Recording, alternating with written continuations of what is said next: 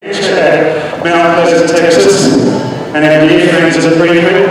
They would let me bring another horse home, but they also are breeding some of the nicest ranch horses, in my opinion, in the country. The little mare that I ride in my show is from their breeding program, and so they've offered me, to have babies of theirs. So even though I'd like to have him, I would rather be holding the Prefect name. I'm just going to turn this little fellow around a little bit in my show. They asked him to turn around and act like he's bred new. He is a Hollywood done it, Shining Spark grandson, and pretty cool at that. I'm going to come over now and see if I can take hold of this little gelding again. Denny, as I say, he's not a fantastic help to me in any of this. If the young horse gets stuck, I'll see if I can do a little bit more. I love to do work from above here, and just so you can see that I'm only using the one rein. I'll take the other rein off. The reason I came up with this little deal is because a lot of people, when they groundwork in the bridle, they don't let go of the outside rein, and they get themselves quite stuck. Danny keeps telling me he's a Liberty horse and he belongs with the team. And that's kind of who he is. I had someone ask me last night, he said, did you train that horse to run off before you asked him to lay down? I said, no, I didn't train him, but I knew he was going to do it, because that's what Danny does. And I'm kind of happy for it. Danny is a super character.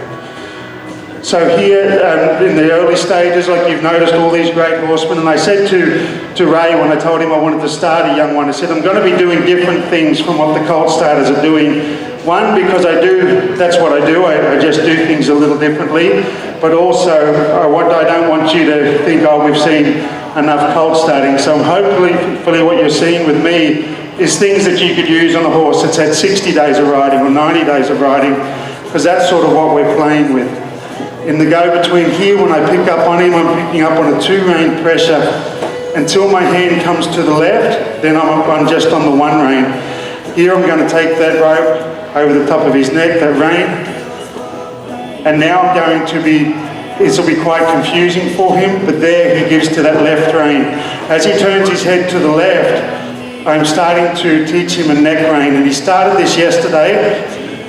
You'll see he looks off to the right, then he's been a fantastic help, and then looks off to the right, and I just pick up and say, I want you to look off to the left and start to train that neck. You'll notice when I rode Denny around in the Horseman's Mirror, he has a good understanding of the neck rein, and that's what we're teaching this little boy.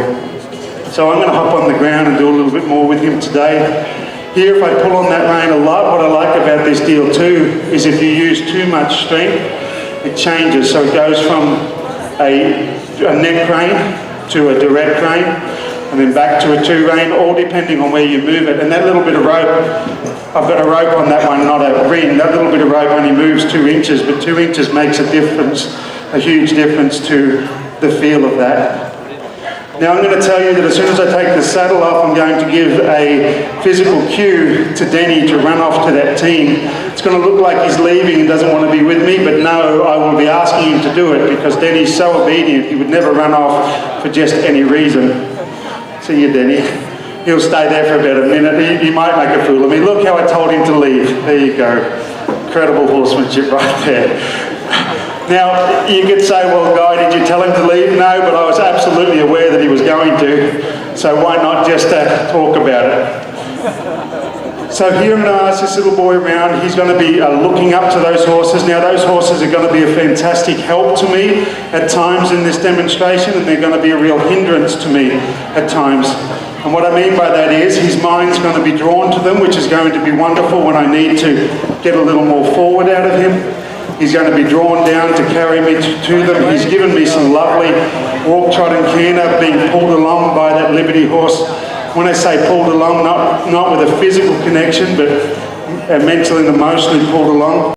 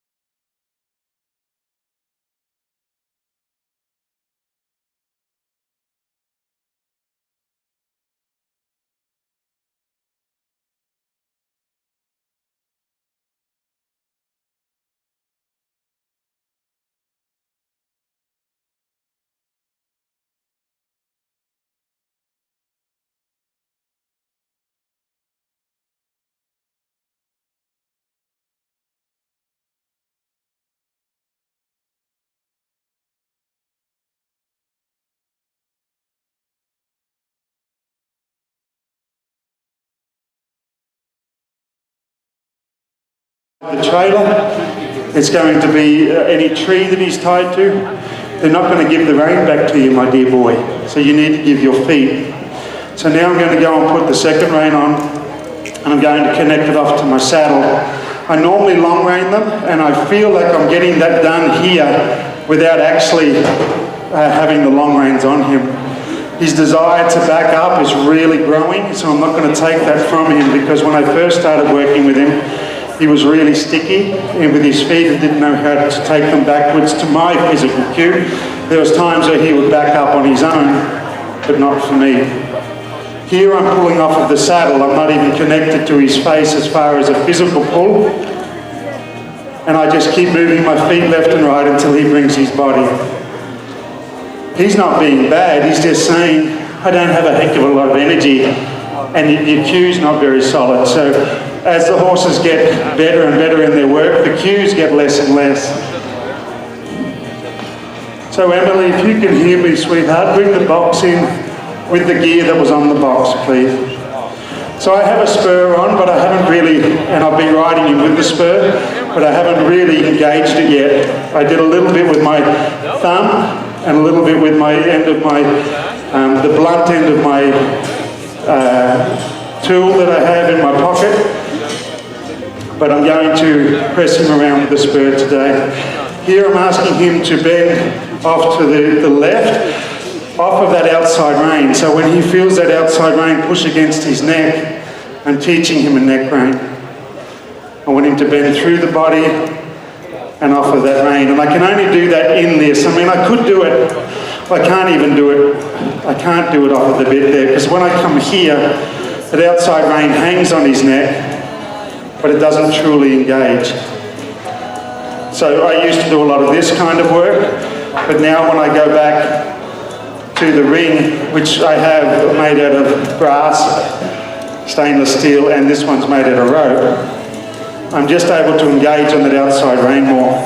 I'm also able to step him into a physical hold on his chest. So you'll notice that the trainer before us, he rides them with the rein around his neck. Luke does a great job of doing collected work with the rein around the neck. This is teaching that here also, to fold up at the neck and to come.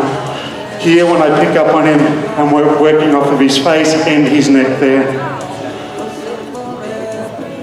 And I'm just allowing those horses just to be out there. It's very important when they're on the road, and this is not a young team. I have a 3-year-old with me, and she's in the stables. She's going to perform tonight. She doesn't work at Liberty yet. So she's just having a rest. But these boys here, this is very valuable for them. They need it. They need to get out and to self-groom each other and to have a role and just be horses. It's very important for the longevity of their minds and also their bodies. I mean, we can lock them up and take care of their bodies, but it's their minds that have to stay right. Denny, I think, is about, he'd be close to 15. Hope, I know for a fact, is 23. Spin Abbey is 20, and Mate's 13. So I'm very, very aware of them and who they are, and that beautiful boy, Hope, he does some lovely stuff, but I don't ask him to do any of the stuff that he's known for anymore. He's basically a mascot for the team now. So if he wants to, as I said to you before, the horses are going to be a help and they're going to be a hindrance. And that's okay. It's all a part of it. We could take them away and have no hindrance, and then have no help either. And a lot of people worry when they ride amongst other horses, or they see something going on, or other horses are busy. And this little fella here, you know, I'm getting a different feel for him every day. Still very young in his understanding of everything. But he's being a good boy. I do feel like his motor's getting bigger every day. And this is a little bit bigger crowd than we've been having too. So what I'm going to do now is I have a spur. Whenever I've got my hat cleaned and shaped by KCs, and I asked them what they would charge to do that, and they were very kind to say that they were doing it for free today. I think that's something they offer free every day. So I don't like when people ask for free things from me, and so I was more than happy to, even if I go to the bathroom at a service station, I have to buy something so I feel like I've contributed. So I bought a little set of spurs here, And I'm just going to teach him what my leg would mean. Now, I don't want him to be frightened of it, so I'm going to run my hand along his belly and make sure I can rub him there. And then I'm going to set my hand here and just press the spur and roll it up his tummy. Now, it would be enough that if I did it to a child, this wouldn't even make them worry. It might make them giggle, but it wouldn't make them worry. And just so I want you to take your body away from that physical pressure. And this is the kind of shapes that we would want when we're on him. And I just roll that spur up. This is one of Ken McNabb's. It's a small spur with a very light little roller, and I wouldn't be able to physically press it enough to hurt him here. So I just press and ask him just to take his body forward and away. And that's a big thing, because the last thing I want to do is to roll my spur on him on his back and him have a big movement to it. This little boy here is what we call a little mouthy. He likes to see what I taste like. He's done it the last 2 days. He gives me a little nip. So I just keep my hand up and away, and I just be aware of that. And so he's not really moving off of that with any great understanding. But what he is doing is he's not reacting to it. So I won't be able to press him. If I accidentally press him with it, he's not going to be worried. So this here is something I just keep doing until that rope starts to come loose. And all my Liberty stuff, it starts off like this. Like right now, this horse is nowhere near being a Liberty horse because he's so into the pressure of that direct rein. And you've just seen a wonderful Liberty clinic, but you would have him see here that we control the body. So you notice when I ask that body forward, now I'm going to back away and then bring him again here.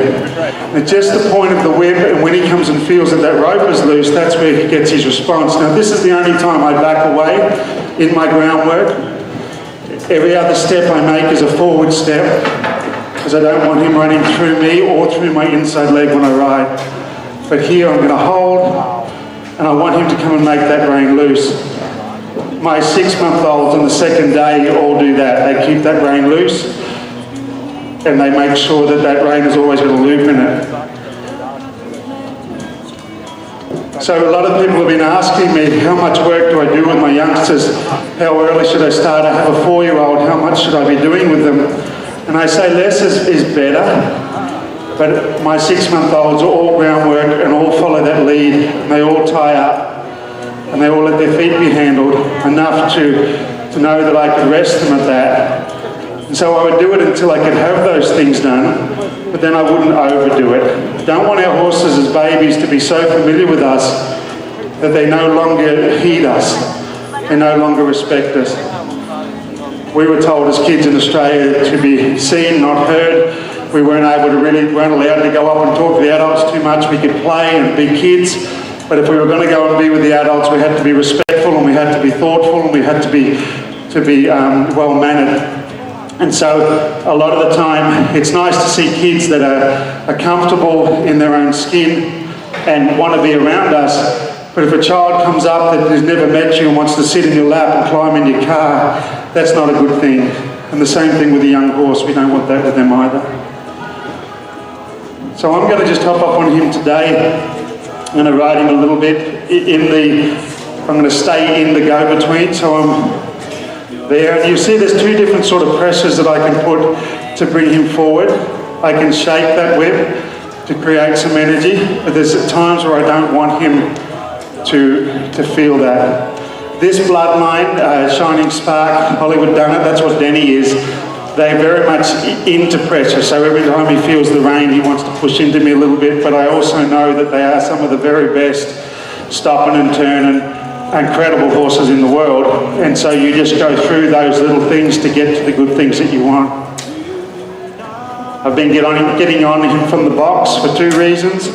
One, because I'm a very kind and thoughtful horseman. He's only a youngster, and I want him to be able to carry me without me having to pull on his wither too much. 2, I can't put my foot in the stirrup anymore, and so I get on from the box. So basically, it is a necessity, but even if and when I get my hips done and I can get on from the ground, I still believe that I will climb on the youngsters from the box out of respect for them. This is something he's done since day one, and I'm not upset with it. And I've explained to some people, here I'm just going to hold and release. So I pick up and release, and And I get low here because I don't want him to put me over. If he makes a big move, sharp move to the left, I don't want him to put me over his neck. So I had a wonderful lady say to me yesterday, and she's probably in the crowd, what do I do? A young horse run away on me and I don't feel comfortable getting on without having someone to hold him. And I said, well, do what I just did there. That one was for him. That was how he needed me to get on him today. So you get the first one, my little man. First get on is for you, and the next one's for me. And they won't remember the first one. They don't worry about the first thing that we do. They worry about the last thing we do. They say, what's the last thing we did to get that saddle off? It's the last thing we did to get that feed, the last thing we did to get that big break. My horses work beautifully. I'm very proud of them. And I can leave them for 6 to 8 months. So that one there, I say to him again, you know, that one wasn't mine. So I keep working until I get the one that I would want. Now, if I was training at home, I would get a young kid that wanted to learn, and I'd have them climb on and off about 10 times. It's not something that I would do a lot, but that one's for me. And that's the one that I can ride away from. Thank you. So, he is, when he walked off there and he had the rein around his neck, it wasn't as strong to him as the bit is, and so he just sort of did walk through it, but here he's not. Here he's giving to that rein around his neck. The first couple of rides I did go just off the bit, but I'm around the neck now with him because I want to ride him without the bridle, and that's going to be my point of training, is off that neck. I have the spur on, so I'm going to roll it up his belly, the same as I did from the ground. And this boy does raise his back pretty good naturally. He did have a little bit of a stop and a prop on his trot to canter on the first day. And that's pretty much what he does. He just puts his head down and stops going forward. I can do that. I'm happy with that. I'd much rather him put his head down than put me down. And let's be serious, he's going to be pretty low-headed when he's finished going. So I'm going to trot him off. He's a little tight, as I said. That's a lovely little canter departure. I take him off here to the left because he was thinking off to the right. I'm going to sit on him and stop him there. And that's all off of the neck, that's off of the rein. And now I'm going to start to ride him and see if I can't start to go one-handed on him and be neck reining. So that little go-between that I'm on is talking to the left rein now, and now it's talking to the left rein through that outside rein. Thanks, Hope. I apologise, he's only a baby. And, you know, this kind of thing, I know from this event that a lot of these great young riders, they watch the clinicians and they come out the next year and do these kinds of things.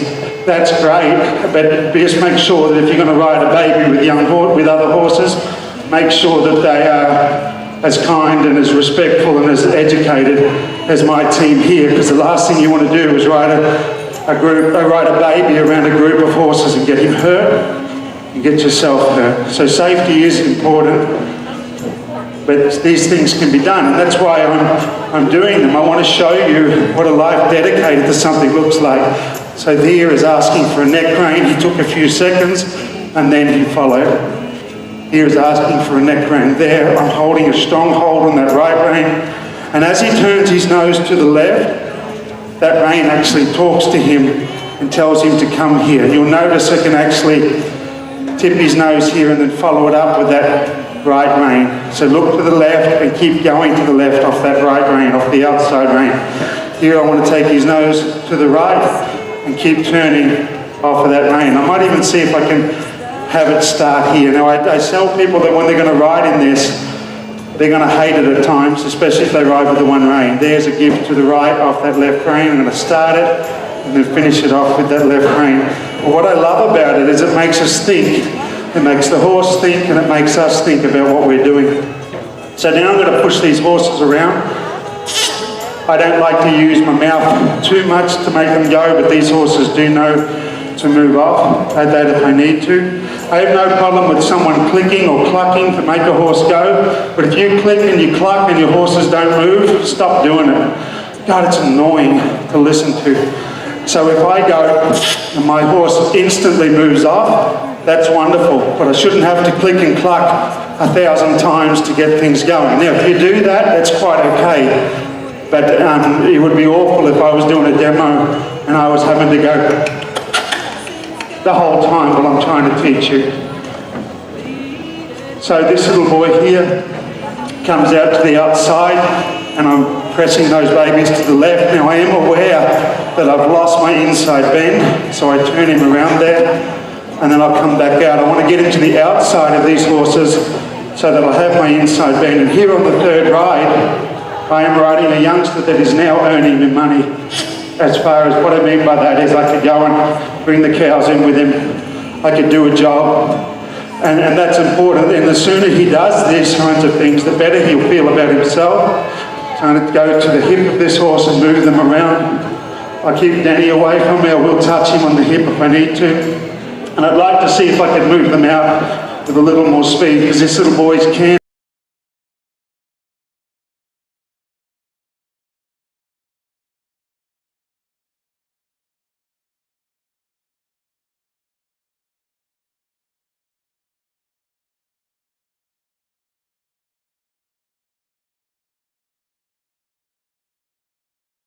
Flat. So I want to see if we can circle them up. I'm going to take them here. I just hold him and take him to there. Mate went with Hope because Hope is the leader of this team. That's a lovely little canter there. Keep Denny moving. Thank you. So here I'm getting a canter. And it's not, this is not me. I mean, the horses are, they're pulling me along. But what this horse is doing, I thought about laying him down, I changed my mind. What this horse is doing is he's carrying me.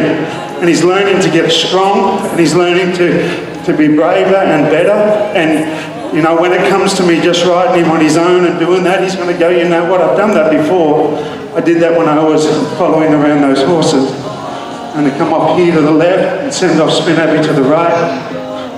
And you'll notice too that he's picking up his correct leads. And even if he doesn't pick up his correct leads, he's still on the correct lead, he's just going the wrong way. So I'm going to push out here. Now, I know he's going to pick up that right lead because his shoulder is going to it. But I'm not upset with that, just go forward, canter. And if he did pick up the left lead, I'd go left. So I just say to him, it's fine that you want to do that. Here I'm working on reverse arc or counter bend, which just means that he's looking that way, so I may as well say I'm asking for it. I'm going to trot him out here, and when they stop, I'm going to stop here and take his nose and turn them through there.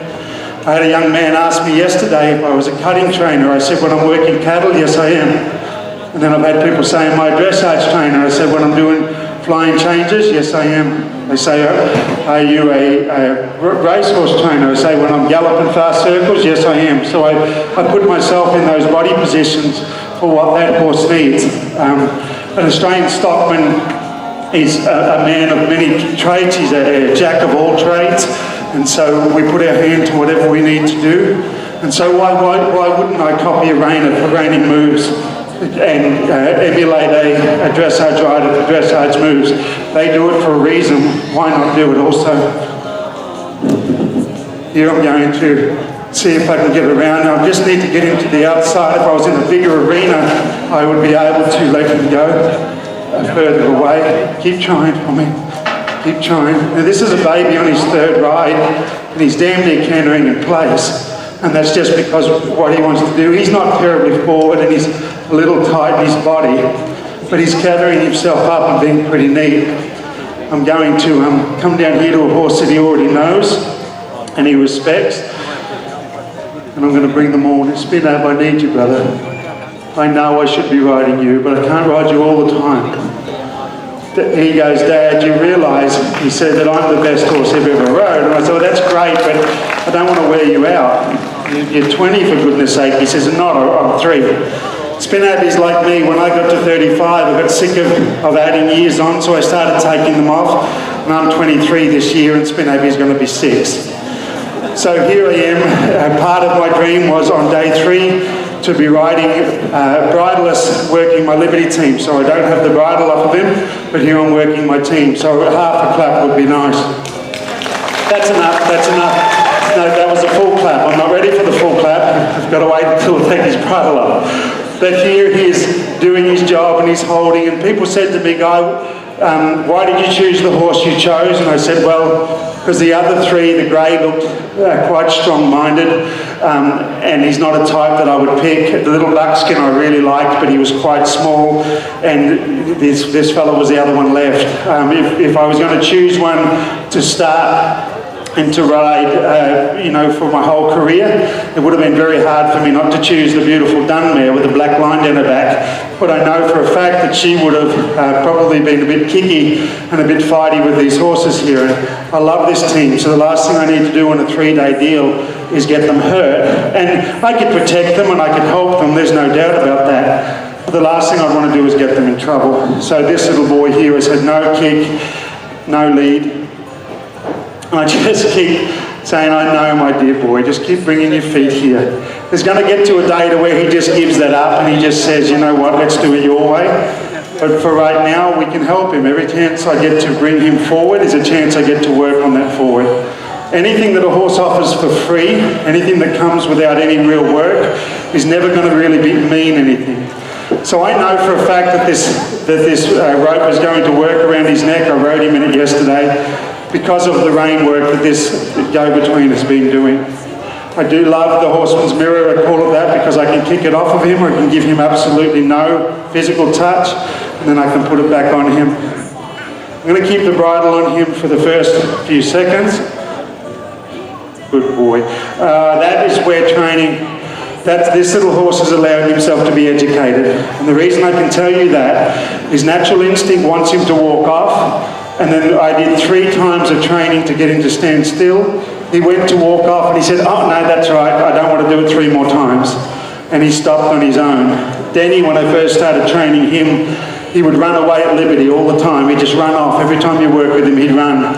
And then I taught him to come to me, and then halfway through his show, he'd think about running off and he'd go 3 steps and he'd go, and he'd come back again, because he realised that Guy McLean is very convicted and very strong in his ideas, and he's fair, and he's going to work me until I get it done, so I may as well just get it done. So here I'm going to come and see if I can bring Denny. Now, as I've said to you already, Denny will bite the young horse from 3 horses out if he doesn't know them, but he's already worked with him, so he might have I don't love you eyes, but he's going to be respectful. And he doesn't have to like this young horse. All he has to do is respect me enough to respect him. And Denny's doing that. So giving him that little ride was great, because he has bitten and run off and swore, and we're in Amish country, so we're not allowed to swear. So I said to Denny he has to behave himself here. So here I'm going to bring them all around. I'm pretending I'm getting half a clap here as well, because it makes me feel good. And I'm going to just ride off of here and see if I can't crack the whip off of his back. Now, I've been using my little stick to get the horses to go forward. If I was working cattle, I'd be using the whip. So I have cracked it on the ground, but I've never cracked it off of his back. But I'm in a very neutral position here. And if he was to move or to jump away, I would just go with him. So I'm just going to take him here. I'm not even going to fight with him there. I know this team is great.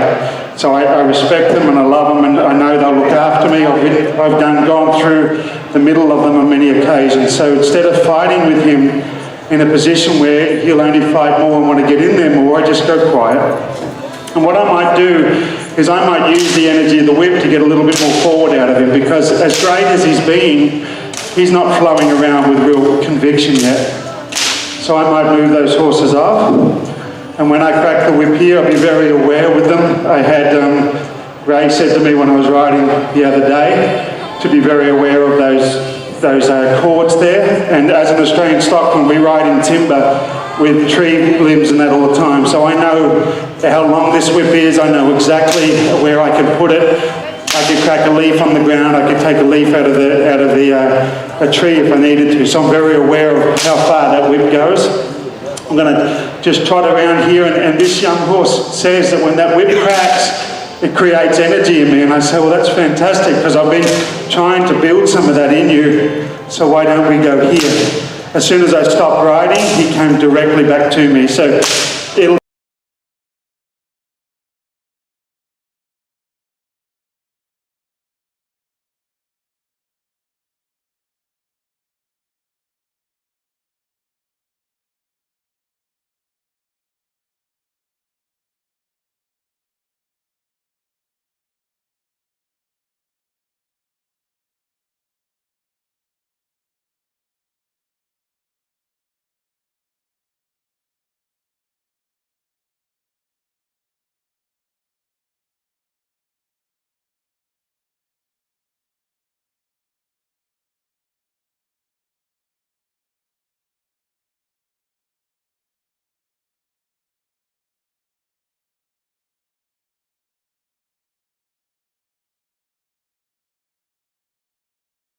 understanding that anyone ever side passed 3 horses over in the world. There's people that are doing it now, but I was 20 when they were born, so I know that I started it. Here I'm going to bring them. I know Mate will want to come. Mate looks like a wonderful Liberty horse, this big bay gelding. He looks really great at it, because he knows that the closer he is to me, the less work he has to do. So he's not doing it because he loves me and he wants to be near me. He's doing it because Denny has to do all the running. But Denny likes it because he thinks he's pretty, and everyone gets to look at him out there, because you can't see him when he's in the middle. So, oh, aren't you nice? So they say that everyone who's successful in life, they start off with a goal, they have a plan, and then they execute it. And that's all that I've done over the last 3 days, is I had a goal, which was to ride him bridleless and to work my Liberty team. I had a plan, and I've spent the last 3 days executing it. Now, I don't have I'd like to, I've always said it'd be nice to have more money than you need. It'd be nice to be able to fly first class instead of cattle class back and forth from Australia every 2 or 3 months, because we spend a lot of time travelling. But that's never been my goal, to be the world's richest horseman. It's always been my goal to be the very best that I can be. And I don't know what the world's greatest horseman looks like, but it's all I've ever wanted for myself, and it's all I've ever desired for. I stop working this young horse, and I'll think about him, you know, tonight. I'll wake up in the middle of the night thinking about how I could be better for him, how I could help him. I wake up in the middle of the night thinking what I'm going to do without Spin Happy and Hope when they're gone. And I know for a fact that they're not going to live forever, but you look at them here, they feel like they're 5 or 6. They're still very bright-eyed and love the job. Denny, not so much. He'd like to have retired 12 years ago, but Denny, I was offered $1 million for him by a little old lady in Las Vegas, and Denny owes me about $983,046 because I kept him, so he has to stay on the bus. But here I'm going to see if we can ride them around. Because of that, the go-between and that outside rein, this boy is following the feel of that rein. So here I'm going to take him. Right now he's with the horses, now he's with me. So remember what I said, there's times that the horses will be a hindrance and there's times where they'll be a help. They're a real help to me, really, because here I'm getting him to bend away from them, which tells you that he respects the feel of that horseman's mirror around his neck more than he respects his need to be with the horses. Here they're an extreme help, because he's going to want to look into them and to be with them. And what a little sweetheart he's been, because as I said, that buckskin mare was lovely, but I bet you there would have been a few kicks and squeals when the horses rubbed on them like this. So this boy hasn't offered any of that. In saying that, the buckskin might have given me a little bit more forward. So I'd love to see if I could trot around, because to me you're not riding them if you're not riding them. Very good. I'd like to see if we can move off. I don't feel that I need to canter him like this. I feel that the wheels would fall off the bus, so I'm more than happy just to go around there. I'm going to stop riding here. I'm going to ask him to back up a few steps and bring the team. Wonderful. So, as I say, having a plan and a goal. Now you could say, well, Guy, I've got a goal to fly to the moon, but if you don't own a rocket, it's going to be hard to do. So I'm very blessed that I have many, many years of doing what I do. And a lot of people over the last few years, they've been starting to tell me things about who I am what I am. And, you know, this time last year I was about 20 pounds heavier because I had an old stockman in Australia, so I didn't recognise you, you're getting old and fat. So I'm on a meal shake replacement twice a day, and now he can't call me, he can only call me old now, which is good because I'm actually lighter than I was when I was 20. But, you know, with my goals and that, having my hips go, having things get harder on me in life, I'm actually grateful for them. Did you notice how I asked Denny to side pass and go on the other side of that box? It was a very small thought. I just thought it. I said, Denny, just side pass around that box. And then I said, Spin Abby, just go on the other side of Denny. Oh, ladies and gentlemen, the communication here is so intense. So please know that they're just doing them. They're either going to do it again. Denny goes, I ain't climbing up on that. It's funny because I did say that the only time that Denny was going to be a tall horse was if he stood on a box. I was actually given him by a gentleman about 13 years ago, and I said I started him under saddle for him. And I trimmed his feet. I laid him down and trimmed his feet because the prefects had seen me doing that, and they said, you need to come out and lay down this colt and trim its feet. He's got bad feet. So I come out, they talk like that because they're from Texas. So I go out there and he's a lovely little colt, beautiful little fellow. He wasn't much bigger. That's Denny that I'm talking about in between. You can't see him because he's in the middle here. And I said, he's lovely. I said, what is he? How's he bred? He said, now this is what I think he said, because he was from Tennessee and I couldn't understand a word he said. But Nate Prefect told me. He said, he's a grandson of Shining Spark on the daddy side and Hollywood Donut on the mother side. I said, oh, geez, that's nice. I said, that's really good blood. They're $1 million size. Oh, dang hell they are.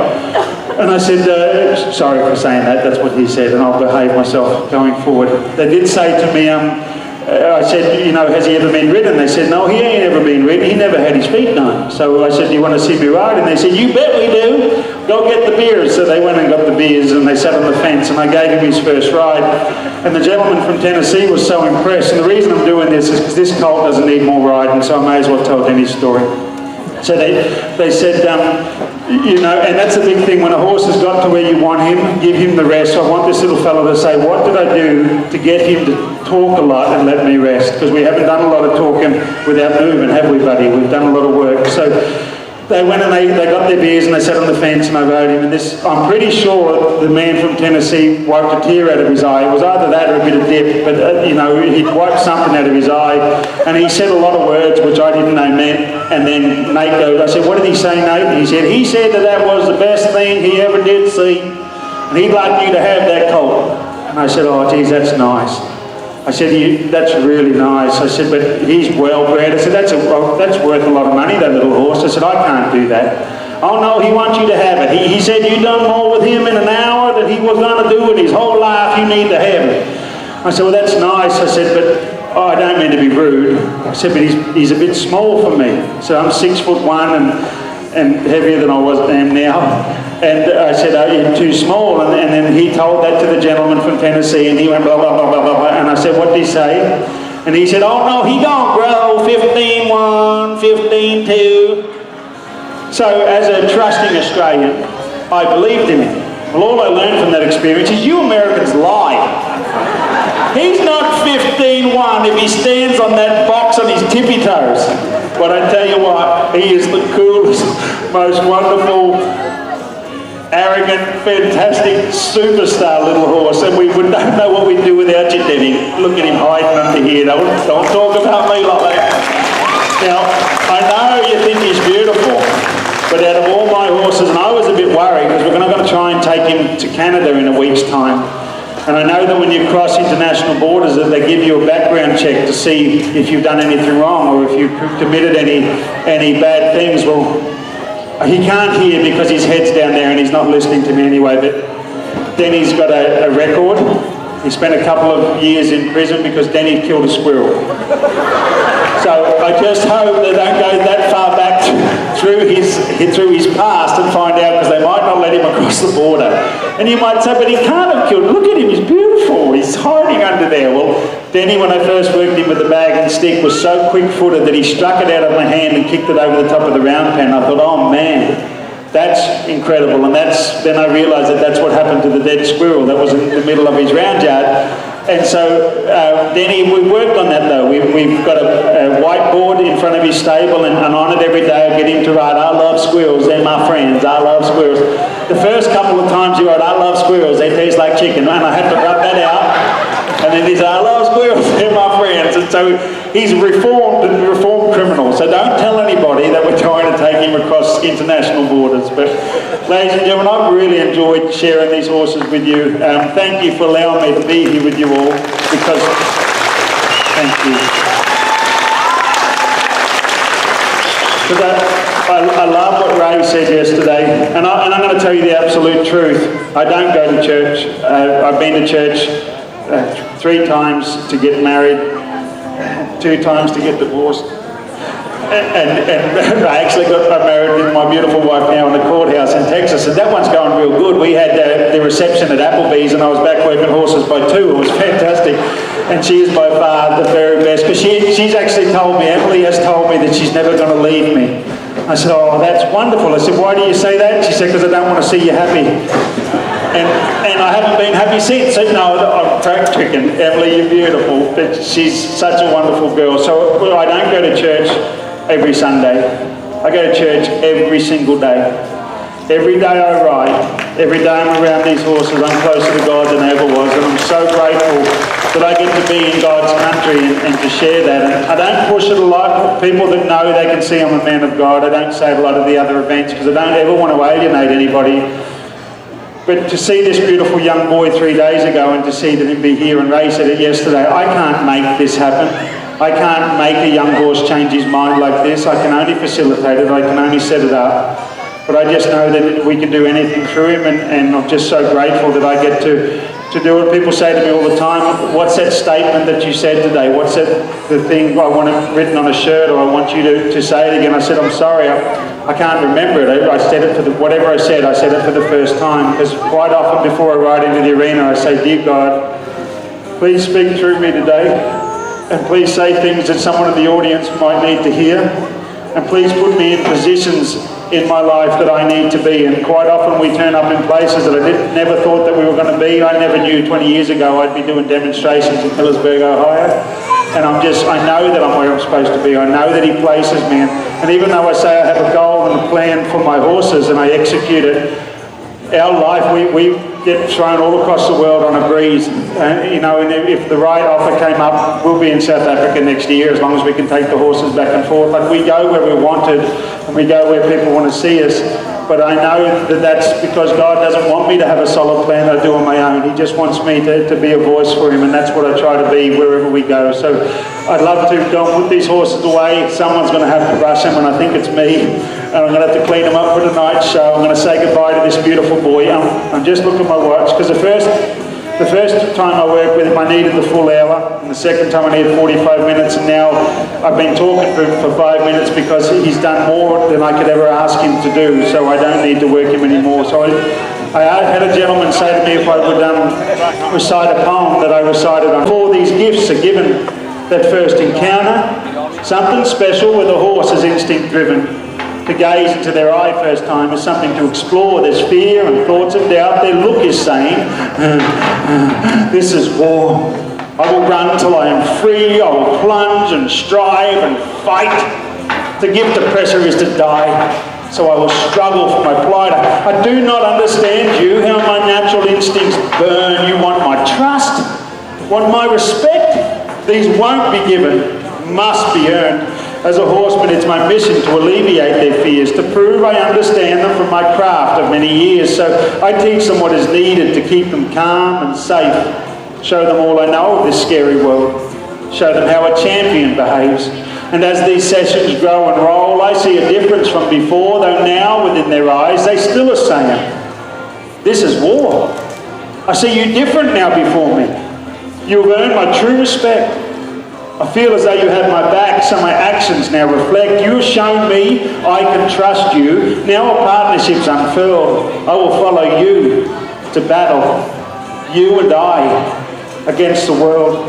For I see you as a leader now, worthy of my follow. Today we share the sunset, live to fight one more tomorrow. Once is two, Now two as one, now mateship shining like the sun. Let the war of life begin. For now, together, we can win. Thank you very much, ladies and gentlemen. So Emily, you can come out, sweetheart, please. So we're going to put these babies away. A lot of people have a lot of questions about that, the go-between, because they've never seen anything like it, and up until 3 months ago I never had either. It sort of was on me to come up with something, and I'm just loving it, and this little horse has proven that it makes sense. So if you want to come over and talk to me about it, please do. My name is Guy McLean. I'm an inventor, I'm a horseman. Emily says I'm a dear friend, and I'm just thrilled to be here with you all. Our booth is directly behind over there. Thanks so much. Em, bring up the holders, please, sweetheart. Thank you, my dear.